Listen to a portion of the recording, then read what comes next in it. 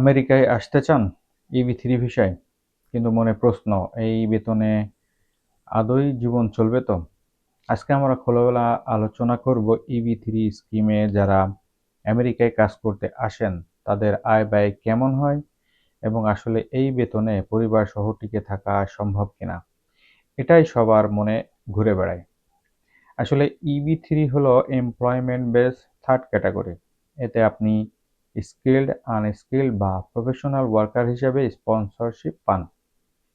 Unskilled ক্যাটাগরিতে বেশিরভাগ সময় কাজ হয় ওয়্যারহাউস, ফ্যাক্টরি, হোটেল অথবা রেস্টুরেন্টে। এইসব চাকরিতে বেতন হয় সাধারণত ঘন্টায় $14 থেকে $20। স্টেট ভেদে পার্থক্য থাকে। ধরুন আপনি সপ্তাহে 40 ঘন্টা কাজ করছেন, তাহলে আপনার মাসিক আয় দাঁড়ায় প্রায় 2,400 থেকে $3,200। চলুন এবার দেখি মাসিক খরচ কত হতে পারে।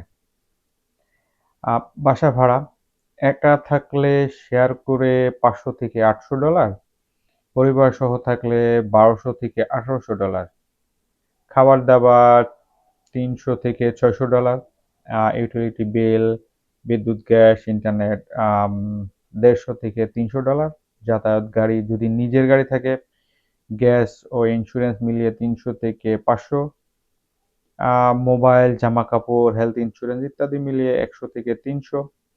মোট খরচ দাঁড়ায় প্রায় 1500 থেকে 3000-এর মধ্যে, যা আপনার ইনকামের উপর নির্ভর করে।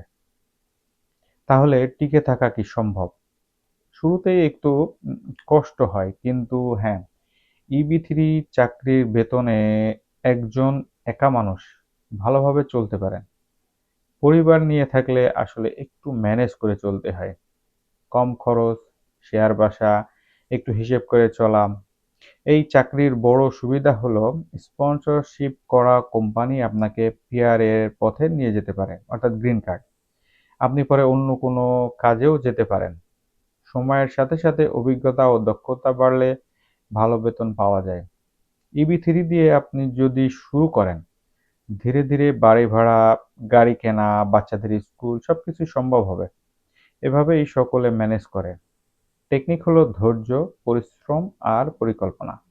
EB3 কোনো বিলাসবহুল ভিসা না, এটা শ্রমিকদের জন্য। কিন্তু সঠিক দৃষ্টিভঙ্গি আর পরিশ্রম থাকলে এই বেতনে জীবন শুধু চলে না, গড়ে ওঠে একটা ভবিষ্যৎ।